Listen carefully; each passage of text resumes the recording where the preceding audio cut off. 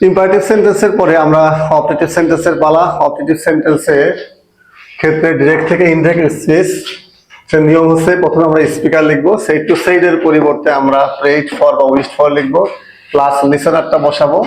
তারপরে এই যে ইনভার্টেড কমা থাকবে, ইনভার্টেড কমা উঠে joining word that, person, verb ও সময় স্থায়ী ওয়ার্ড ধারাবাহিকভাবে পরিবর্তন করব। আমরা একটা উদাহরণের মাধ্যমে বিষয়টা ক্লিয়ার করতে পারি। এখানে একটা উদাহরণ আছে, father said to the son may Allah bless you. এখানে বাবা তার ছেলেকে বলতেছে আল্লাহ তোমার সহায় হন। স্পিকার হচ্ছে ফাদার। তো আমরা প্রথমে আমাদের যে কাজটা হচ্ছে স্পিকার বসে যাবে। আমরা প্রথমেই বলছি যে ন্যারেশনের স্পিকার এবং লিসেনারে কোনো পরিবর্তন হবে না। স্পিকার বসানোর পরে এই যে সাইড টু সাইডটা দেখতে পাচ্ছ, সাইড টু সাইড পরিবর্তন হয় ইনভার্টেড কমার ভিতরে সেন্টেন্স দেখে। যেহেতু এটা মে দিয়ে শুরু হয়েছে, মে দিয়ে যদি শুরু হয় সেন্টেন্স আর যদি ফুল স্টপে শেষ হয় ধরে নিতে হবে এটা অবজেক্টিভ সেন্টেন্স। এই সাইড টু সাইডের পরিবর্তে আমরা প্রেইড বা উইশড ফর লিখবো। যেহেতু এখানে আল্লাহ আছে, আল্লাহর কাছে আমরা প্রার্থনা করি, তাই আমরা এখানে প্রেইড ফর লিখবো।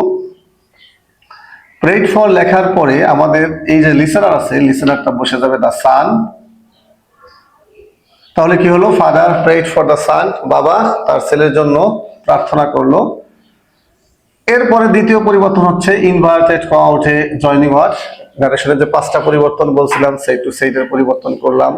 তারপরে এই যে ইনভার্টেড কমা উঠে জয়নিং ওয়ার্ড, যেহেতু এটা ইম্পারেটিভ সেন্টেন্স, যেহেতু এটা অপটাটিভ সেন্টেন্স, তাই অপটাটিভ সেন্টেন্সের জয়নিং ওয়ার্ড হচ্ছে দ্যাট। আমি আবারও বলি, অ্যাসার্টিভ, অপটাটিভ ও এক্সক্লামেটরি সেন্টেন্স, এই তিন সেন্টেন্সের জয়নিং ওয়ার্ড হয় দ্যাট। জয়নিং ওয়ার্ডের পরে পার্সন পরিবর্তন, যেহেতু ফার্স্ট পার্সন এবং সেকেন্ড পার্সনের পরিবর্তন হয় ইনভার্টেড হওয়ার ভিতরে। এখানে আল্লাহ ফার্স্ট পার্সন না, সেকেন্ড পার্সন না, এটাকে থার্ড পার্সনও আমরা বলবো না। আমরা যেহেতু আল্লাহ সুপ্রিম অথরিটি, কুল কায়নাতের মালিক, তাই আমরা আল্লাহকে, আমি আমার ভাষায়, এটা কোনো গ্রামারের ভাষা না, আমার ভাষায় বলি আল্লাহ সুপ্রিম পার্সন, আল্লাহটা বসবে।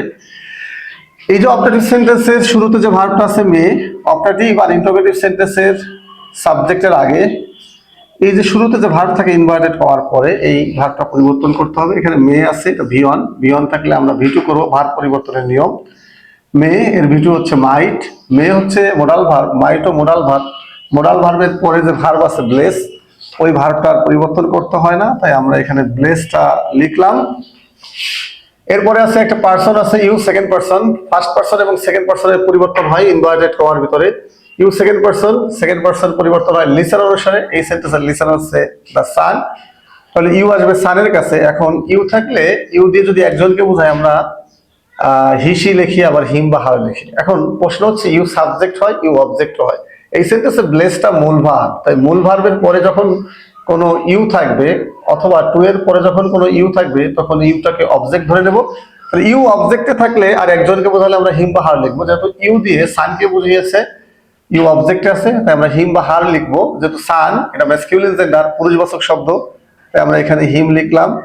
এখানে ফাদারও পুরুষবাচক শব্দ, সানও পুরুষবাচক শব্দ, তাই আমরা সেক্ষেত্রে সানকে বোঝানোর জন্য হিম দিয়ে ব্র্যাকেট একটা বড় হাতের এস দিয়ে ক্লিয়ার করলাম যে এই হিমটা হচ্ছে আর কেউ না, সান। এই হলো ইনভার্টেড কমা, এবারে ইনভার্টেড কমা শেষ, মানে স্পিকার ও বক্তার কথা শেষ। এই হলো আপনার অল্টারনেটিভ সেন্টেন্সের ডিরেক্ট থেকে ইনডিরেক্ট স্পিচ।